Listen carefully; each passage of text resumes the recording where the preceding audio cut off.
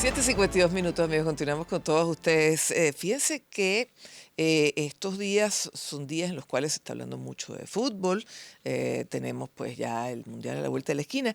Y bueno, hay una alternativa que está ahí en el tapete, ya no para este Mundial, por supuesto, sino para el que viene, en relación a que el Mundial pudiera jugarse en Sudamérica.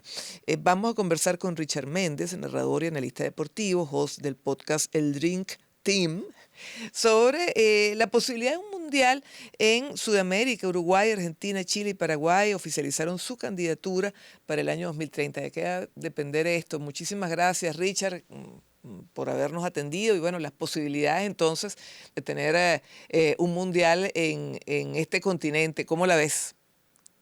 Un gusto como siempre, Mari. A ver, nosotros como sudamericanos queremos volver a tener la Copa del Mundo, Ujú. no quedar tanto tiempo como había sucedido hasta que apareció en 2014 la posibilidad de Brasil. Hay varias cosas, ¿no? Que a nosotros, a ver, como venezolanos nos interesa. Y te explico, se había ampliado ya la cantidad de países que estén presentes en una Copa del Mundo, ya se habló de 48. Si se acepta o si termina siendo votada para ser en 2030 la sede del Mundial, esta sede compartida por 4 sudamericanos, significa que los otros 6 cupos de eliminatoria Ujú. sudamericana deberían ir directo. Así que por allá los venezolanos nos debería interesar de entrada que se diera, porque podrías clasificarte del Mundial jugando, sí, pero prácticamente sin tener riesgo de quedarte fuera, Ujú. porque de los 10 miembros de Conmebol, 4 ya estarían organizando el Mundial, con lo cual cada uno de ellos ya garantizaría Qué arista su tan cupo en la cita. interesante del análisis, o sea, y hay que prender velita para que eso se dé. Ahora, ¿de qué va a depender de que esto se acepte, Richard? Bueno, depende primero que como sedes puedan dar las garantías de estructura, Ujú. de vialidad, de hotelería y de seguridad, además de sustentabilidad económica. Ujú. ¿Quiénes serían los rivales para seleccionar la sede de la Copa Mundial de 2030? Bueno, España y Portugal se están también para promocionar juntos la candidatura de 2030. Ujú. Eso significa que tienes de un lado a 2 países europeos que si sumamos los votos Sí. que forman parte de la UEFA son muchísimos más de los que hay en Sudamérica. En Ujú. Sudamérica apenas somos 10. Sudamérica le va a tocar negociar votos con otras confederaciones, sea con CACAF, por ejemplo, con Asia, con África, Ujú. para tratar de pelearle a Europa y tratar de ver si es capaz de ganarle esa sede para la Copa del Mundo de 2030. A todas luces pareciera ser complicado, Mari, porque, Sí. a ver, uno entiende si España y Portugal pueden estar atravesando ciertos momentos difíciles en cuanto a su economía, pero todavía son mucho más estables que lo que Y podemos te encontrar en pregunto, ¿han Sudamérica. tenido mundial en su tierra? Bueno, Uruguay organizó la No, no, primera en el Copa caso del Mundo. específico de España y de Portugal. Portugal nunca, España organizó la Copa del Mundo de 1982, pero Ok, Portugal jamás ha hecho una Copa del Mundo. En Sudamérica sí tuvimos, bueno, sí. Uruguay hizo el primero, Argentina hizo el del 78 y Chile hizo el Mundial en el 62. De los Ujú. 4 candidatos, solamente Paraguay no habría organizado un Mundial antes. Y eso Pero tomado en claro, cuenta, que no haya habido un mundial en determinado país.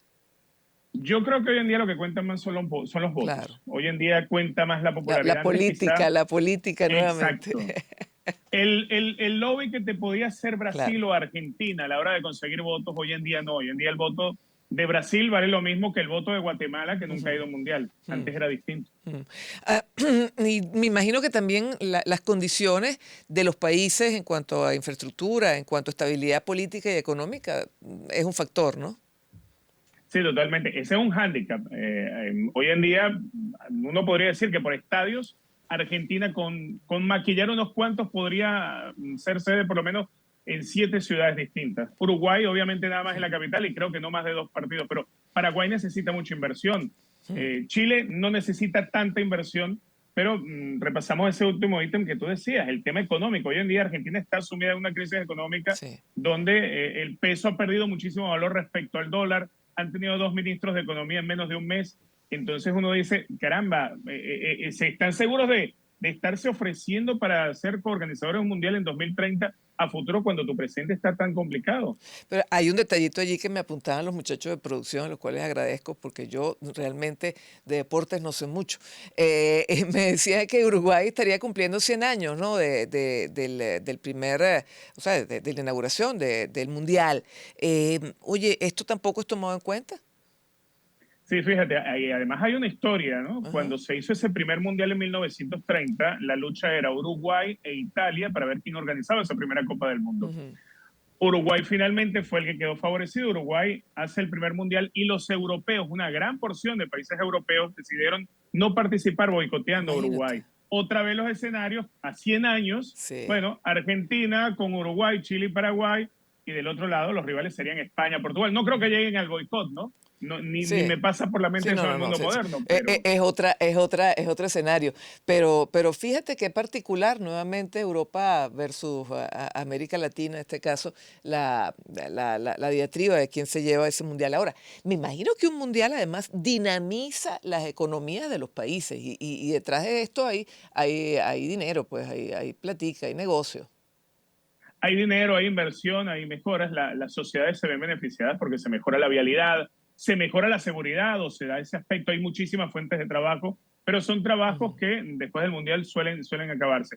¿Qué es lo que ocurre? Si en Sudamérica se piensa hacer un Mundial compartido por estas cuatro sedes, voy al ejemplo de Uruguay o de Paraguay, que son países muy pequeños. Uruguay tiene el Estadio Centenario donde se jugó el primer Mundial, es un estadio enorme. Hoy en día ese estadio no lo llenan en partidos de liga local, solamente cuando juega la selección uruguaya es que se llena realmente el centenario, porque termina siendo un elefante blanco. En Venezuela Claro. tenemos el ejemplo de la Copa América. La Copa América en 2007, estadios de 40, 50 mil personas, y que para volver a llenarlos, pues cuesta Dios y su ayuda. Ese es uno de los pequeños problemas. En Brasil ocurrió, Mm. después de 2014, se hizo el Mundial, yo estuve en 2019 para la Copa América María, hay que ver el estado de Sí. abandono que había en muchos de los estadios que solamente 5 años antes habían servido de sede de la Copa del Mundo, porque se convierten en elefantes blancos. Sí, ahora fíjate que me apuntan también el 2026, Estados Unidos y Canadá son los países en los cuales se va a llevar efecto el Mundial de Fútbol. ¿Esto influye o pudiera influir para que Sudamérica tampoco sea tomada en cuenta en virtud de que es el mismo continente?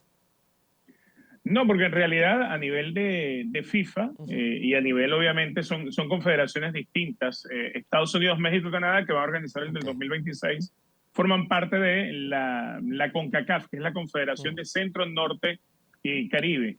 Mientras tanto, pues Venezuela pertenece a CONMEBOL, son confederaciones distintas y hay que mirarlo como que si son continentes que están partidos, no Ok. que están unidos por Panamá, ni mucho menos. Ah, interesante esta aclaratoria. Oye, Richard, muchísimas gracias, de verdad, por habernos dado esta percepción en torno a 2030. Suena lejos, pero recuerden que salió una información que la Tierra estaba girando un poquito más rápido, por lo menos hubo un día que fue un poquito más corto. Así que bueno, lo que uno considera que está distante, pareciera que no lo es tanto. Muchísimas gracias, Richard, por este contacto.